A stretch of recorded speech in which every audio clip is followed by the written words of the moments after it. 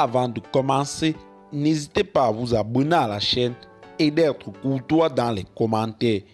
Du côté du Burkina Faso, 51 soldats tués dans l'attaque de Déhou. Notre armée a été victime d'une attaque de grande ampleur, a déclaré le capitaine Ibrahim Traoré.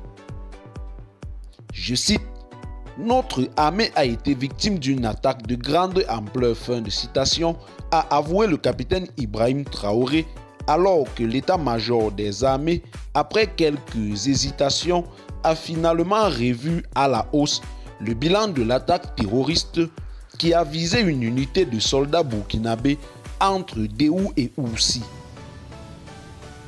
À la fin de la journée du lundi 20 février 2023, ce sont 43 nouveaux corps qui ont été retrouvés, établissant le bilan provisoire à 51 militaires tombés, a admis l'état-major des armées qui avait auparavant évoqué 8 soldats tués, alors que de nombreuses personnes au Burkina Faso évoquaient un bilan plus lourd.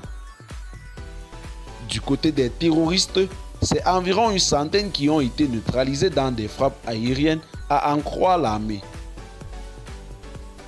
C'est l'une des attaques d'ampleur depuis l'arrivée au pouvoir du capitaine Ibrahim Traoré qui avait renversé en septembre 2022 le lieutenant-colonel Paul-Henri Sandaogo Damiba qui lui-même avait éjecté du pouvoir le président élu Rochemar Christian Kaboré.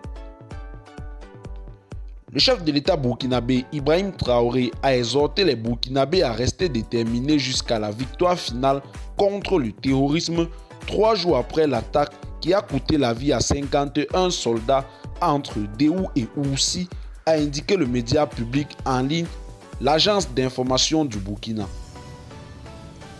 Notre armée a été victime d'une attaque de grande ampleur le vendredi 17 février 2023 dans la zone d'Oussi et de Déhou dans la région du Sahel. En dépit de la vigoureuse résistance et la riposte engagée par nos forces combattantes, nous enregistrons des pertes en vies humaines. Dans cette dure épreuve, j'exprime à mon nom propre et celui du gouvernement la compassion de la nation entière. L'ensemble de nos forces combattantes nationales et aux familles des victimes a reconnu le capitaine Ibrahim Traoré qui, en dépit de quelques libérations de localités, peine à trouver une stratégie cohérente contre les terroristes qui ont multiplié les attaques. La lutte est âpre, le combat parsemé d'embûches, mais notre sursaut patriotique et notre détermination restent intacts jusqu'à la victoire finale. La patrie ou la mort, nous vaincrons, a écrit le chef de l'État dans un message transmis aux médias par le service de communication de la présidence du Burkina Faso. Eh bien, chers téléspectateurs, c'est tout pour cette note d'information.